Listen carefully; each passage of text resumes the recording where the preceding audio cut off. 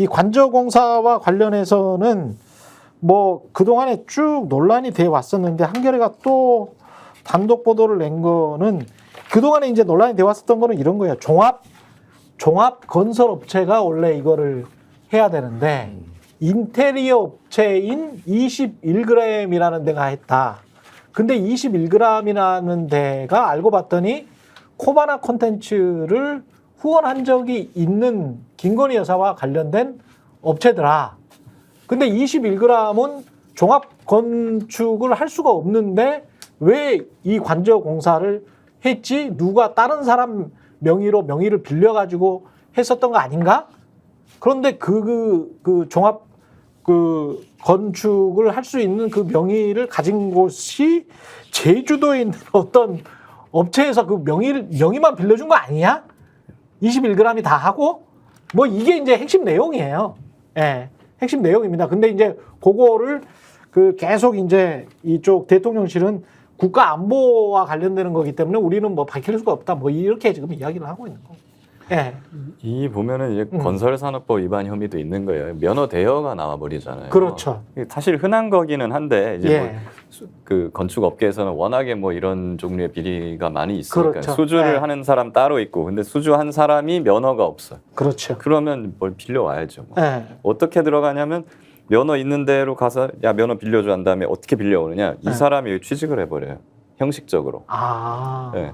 그런 다음에 이 사람은 이 면허 있는 회사에 취직한 다음에 현장 소장으로 발령나서 자기가 현장 소장으로서 그냥 다 하는 거죠. 건축을. 아, 그러네. 네, 이런 형태로 이루어지거든요. 예. 네, 정말 흔한 종류의 어떤 범죄 혐의고 이 부분도 사실 이렇다면 대통령 관저공사도 이런 식으로 했다고 한다면 예. 굉장한 부실이죠. 수사를 해야 그렇죠. 되는 겁니다. 그것도 이제 이게 다 국민 세금으로 하는 거잖아요. 그러니까요. 본인들 돈으로 하는 건 아니잖아. 그러니까 수십억 들은 것 같은데.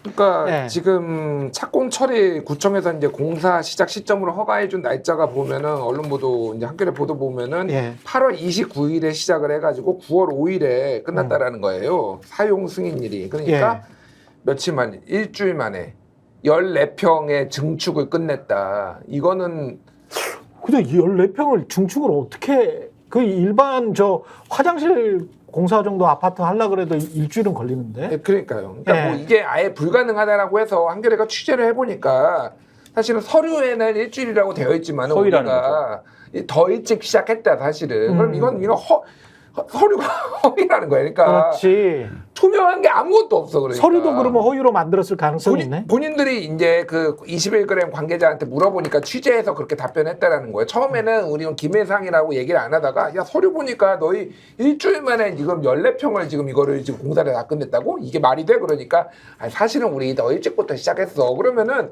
서류 이거는 그러니까 공문서 위조인지 사문서 위조 제가 이거 공문서인지 사문서인지 모르겠는데 약간 위조예요. 그러면 이거는 옛날에 잔고 조작도 했었잖아. 그러니까 불법이 너무 많아. 그러니까 이게 지금 왜 법을 안 지켜?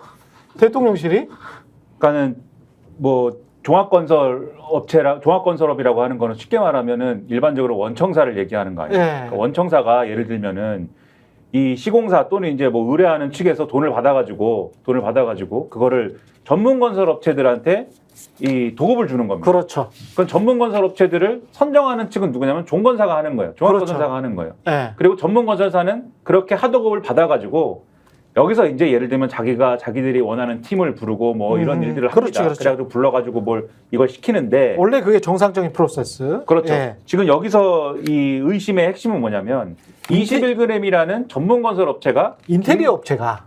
예. 하여튼 전문 건설 업체 면허가 예. 있다고 하니까 예. 김건희 여사하고 무슨 관계가 있는 거 아니냐 이런 의심이 있는 거잖아요. 그렇죠. 그러니까 원래는 이 관저공사를 할 때 21g한테 다이렉트로 주면 안 되고 종건사가 중간에 있어야 돼요. 그렇죠. 종건사를 통해서 종건사가 21g한테 뭔가 이 하도급을 줘야 되는 구조라고요. 근데 그렇게 안 하고 21g한테 다이렉트로 뭔가 일을 맡기기 위해서 이 21g이 다이렉트로 일을 맡기 위해서 종건사 면허가 없는데 종건사 면허가 있는 것으로 지금 다른 업체의 종건사의 면허를 사실상 도용을 해가지고 일을 맡고 그다음에 요 형식을 감추기 위해서 자기들이 예를 들면 인테리어 공사하고 이런 데는 예를 들면 전문 건설업체로서 할 수 있는 일은 일주일이면 되는 거 아닙니까?